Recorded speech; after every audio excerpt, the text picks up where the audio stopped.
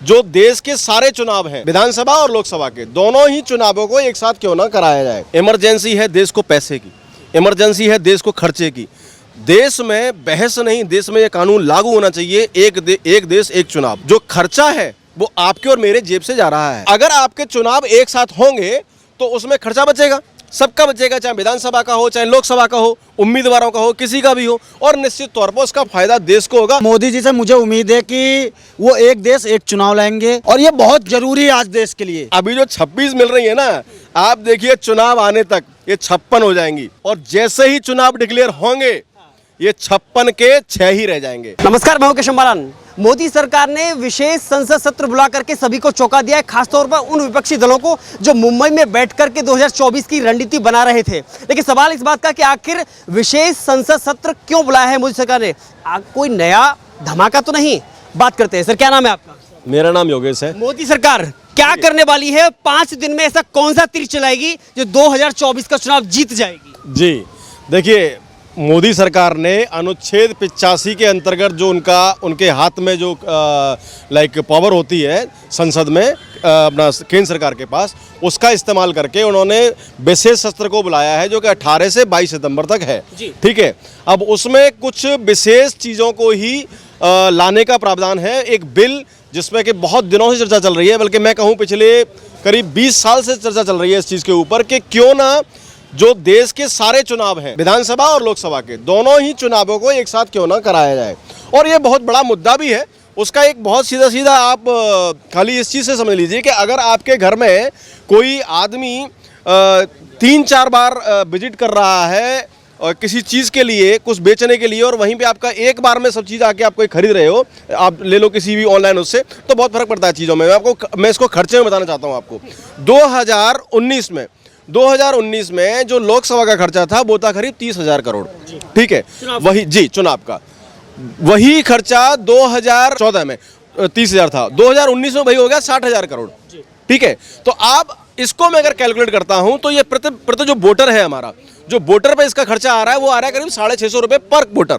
ठीक है, तो अगर इसको मैं डिवाइड करता हूं राज्य और देश के हिसाब से तो नो डाउट ये डबल खर्चा है, क्योंकि एक बार 650 रुपये खर्च कर दिए एक वोटर के ऊपर, अब वही 650 रुपये 700 रुपये दोबारा खर्च कर दिए। फिर उसमें होने वाले जो पार्टियों के खर्चे हैं, जिसमें विज्ञापन का खर्च है, जिसमें रैलियों का खर्च है, जिसमें बैठकों का खर्च है, वो खर्चे, तो कुल मिला के नुकसान किसका है? देश का है। क्योंकि आप इसमें एक बहुत छोटी सी चीज़ समझिए। अब मान लीजिए आप ये कनॉट प्लेस में ये लाइव शो हो रहा था, लाइव शो के लिए जितनी पुलिस डिप्यूट यहाँ पे की गई है या जो भी उनको एरिया दिया गया है, चुनाव एक ऐसी प्रक्रिया है जो कि यूं चुटकी में नहीं होती है। उसके लिए संसाधन लगते हैं, साधन लगते हैं, सुरक्षा लगती है, और सुरक्षा एक सिर्फ बोलने से कुछ नहीं होता है। अभी जब कसाब को पकड़ा गया था तो उसमें 1 महीने का सुरक्षा का खर्च 1 करोड़ रुपए था। ठीक है, तो जो सुरक्षा लगती है विधानसभा और लोकसभा में, मतलब बराबर अलग अलग, वो उसको एक खर्चा हो जाएगा निश्चित तौर पे। दूसरी चीज़ संसाधन, जैसे आप मान लीजिए कि पूरी टीम लगी हुई है वोटर अपने इनकी पर्यवेक्षकों की वोट कराने के लिए, उसी में एक बार में लोकसभा का हो रहा है, एक बार में एक ही बार में उसका विधानसभा का हो रहा है, तो एक वोटर एक ही बार में वोट डाल देगा। तो निश्चित तौर पर ये बहुत बड़ा कदम है, और मैं चाहूँगा कि इसमें सारी विपक्षी पार्टी, जो 26 पार्टी वहाँ पे बैठी हैं, आज 28 हो गई हैं वो पार्टी, 2 पार्टी और मिल गई हैं, उसमें एक महाराष्ट्र की मिली है और एक मेरे ख्याल से उसमें आपकी साउथ की मिली है, तो आज 28 पार्टी हो गई हैं। तो मैं चाहूँगा कि 17 खानदान जो वहाँ मिले हैं, मैं उनसे रिक्वेस्ट करना चाहूँगा कि वो करीब हर 15 दिन में एक मीटिंग करें, क्योंकि जब मीटिंग कर रहे हैं तब मोदी साहब कुछ ना कुछ कर रहे हैं, और मोदी साहब कुछ ऐसा कर रहे हैं कि इनको दर्द दे रहे हैं, और दर्द भी छोटा मोटा नहीं है, ये दर्द बहुत बड़ा है। क्योंकि आप इसको समझिए, आप इसको ऐसे समझिए कि अभी जब एक वोटर वोट करने जाता है तो क्योंकि वोट की प्रक्रिया और वोट की तारीख अलग अलग होती है, अवधि उसकी अलग अलग है। ठीक है, अब जब 5 साल में दोनों ही चुनाव एक साथ होंगे तो निश्चित तौर पर वोटर का जो दिमाग है वो क्लियर होगा, एकदम विजन क्लियर होगा कि मुझे किसको वोट करना है। फिर ये नहीं होगा कि केंद्र में सरकार किसकी है, विधानसभा में सरकार किसकी है, वो तो ये सोचेगा अरे यार जो केंद्र में है उसी को विधानसभा में लाने का मेरे को फायदा है। विकास ज्यादा हो। बिल्कुल विकास भी होगा और सबसे बड़ी चीज है कि देश में कहीं ना कहीं जो चुनाव का खर्चा है वो इतना बड़ा खर्चा है। सिर्फ एक मैं बात सरकार की बात नहीं कर रहा हूं, आप उम्मीदवार का ले लीजिए। जिस उम्मीदवार को लिमिट दी जाती है 90 लाख रुपए की, वो 9 करोड़ रुपए खर्च कर देता है चुनाव पे। अब एक चीज बताइए, इसका खर्चा कहां से निकलता है? खर्चा कहां से निकालेगा इसका आदमी? इसका खर्चा कहां से निकालेगा? इसका खर्चा निश्चित तौर पे वो कहीं ना कहीं अपने लोगों से ही निकालेगा। जो भ्रष्टाचार है, जिसको हम भ्रष्टाचार बोलते हैं, भ्रष्टाचार है क्या? करप्शन है क्या?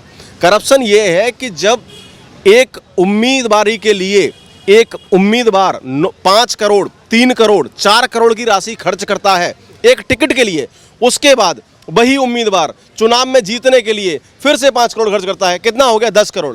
अब एक सांसद को अपने क्षेत्र में काम करने के लिए करीब 6 करोड़ रुपए हर साल मिलता है।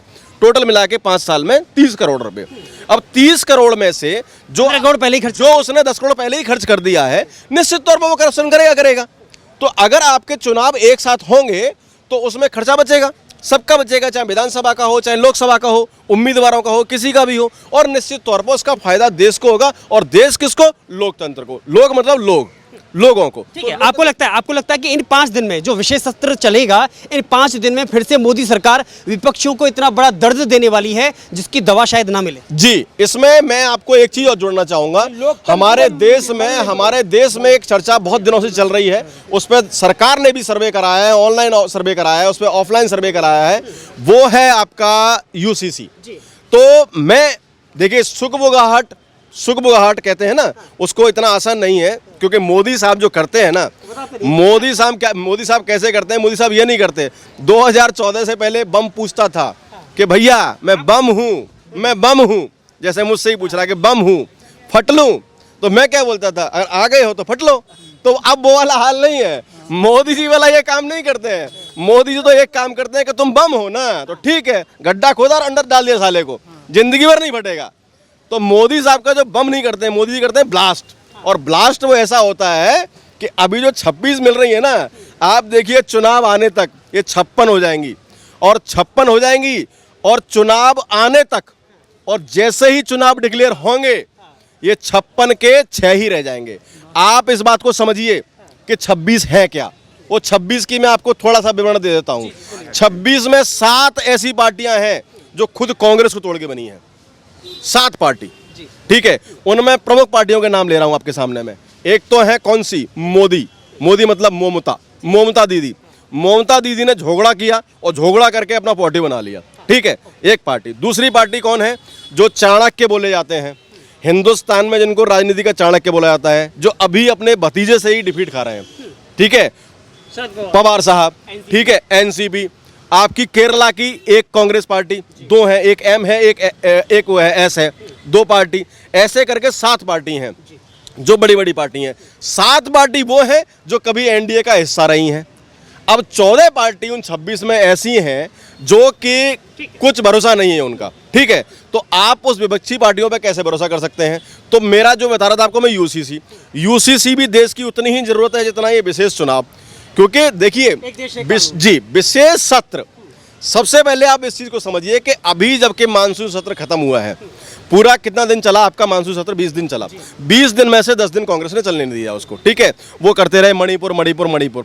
जब प्रधानमंत्री जी मणिपुर में बोलने आए तो भाग गए सारे, भाग के खड़े हो गए, कोई सुनने को तैयार नहीं था। अब जब विशेष सत्र की उन्हें जरूरत क्यों पड़ी? सबसे पहले आप इस चीज को समझिए कि जब किसी को इंसुलिन लगाया जाता है शुगर में, तो क्यों लगाया जाता है? वो तभी लगाया जाता है जब इमरजेंसी होती है। और इमरजेंसी किस चीज़ की है? इमरजेंसी है देश को पैसे की, इमरजेंसी है देश को खर्चे की। देश में बहस नहीं, देश में ये कानून लागू होना चाहिए, एक देश एक चुनाव। क्योंकि जो खर्चा है वो आपके और मेरे जेब से जा रहा है।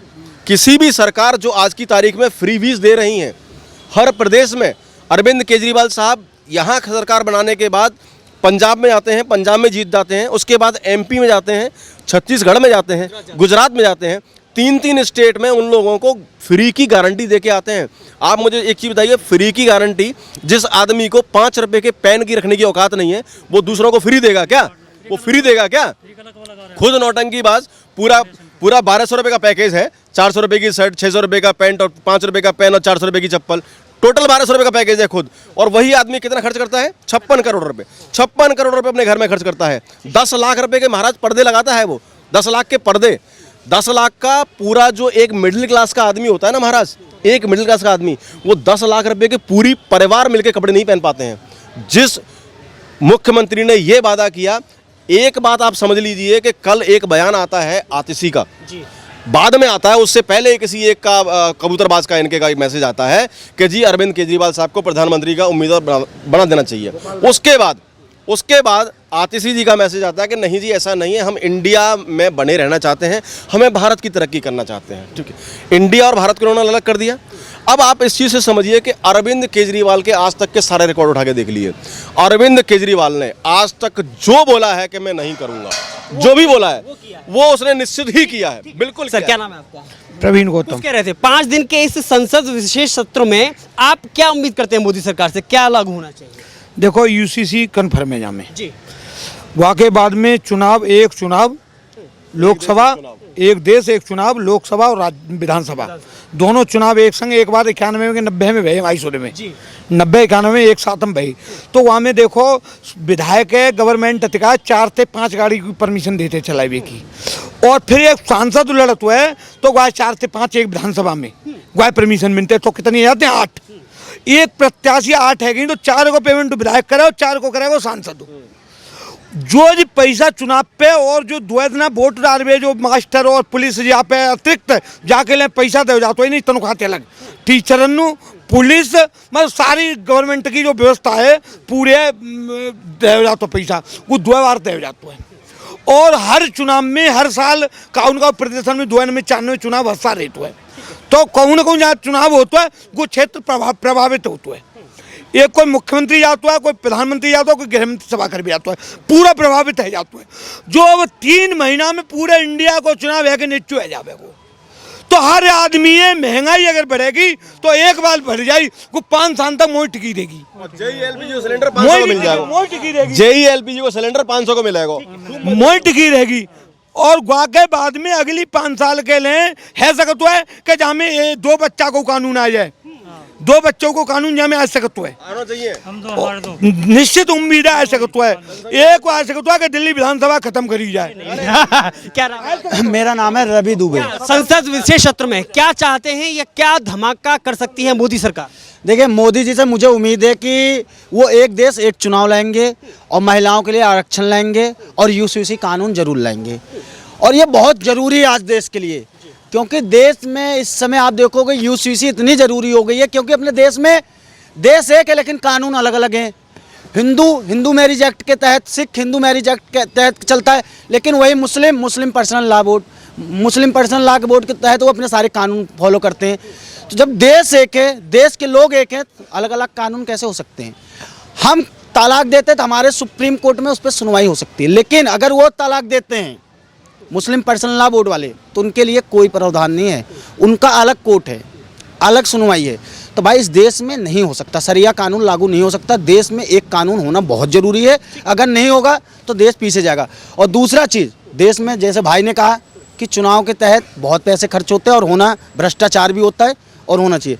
तीसरी चीज़ मैं ये कहना चाहूँगा कि महिलाओं को आरक्षण देना बहुत ज़रूरी है, क्योंकि हमारे देश की महिलाओं के साथ इस समय देश में बहुत शोषण होता है, अलग अलग राज्यों में उनको आरक्षण मिलना चाहिए। और चौथी चीज़ जो कि मोदी जी से मेरा रिक्वेस्ट है कि मोदी जी गाय के लिए कानून लाइए। जो हमारे देश में गाय पन्नी चबाती है, पन्नी खाती हैं, उनका ध्यान कौन देगा? दिल्ली जैसे शहर में बोलते हो राष्ट्रीय राजधानी है, G20 की बैठक है, लेकिन यहीं दिल्ली में कूड़े के ढेर पे पन्नी चबा रही है हमारी गाय। हम गाय को माता बोलते हैं, लेकिन वही गाय पन्नी चबा रही है। क्या ये देश तरक्की कर सकता है? केजरीवाल को तो मैं नहीं बोल सकता, क्योंकि केजरीवाल को तो दुनिया जानती है, एक सेकुलर है, वो हिंदुओं के खिलाफ है। अगर हिंदुत्व की बात करने वाला ये नेता होता तो गाय के लिए गौशाला बनती। क्या देश में पैसा नहीं है, क्या देश के सरकार के पास कि देश के गायों के लिए सेवा कर सके? ये बहुत जरूरी है पत्रकार महोदय, और होना जरूरी हो।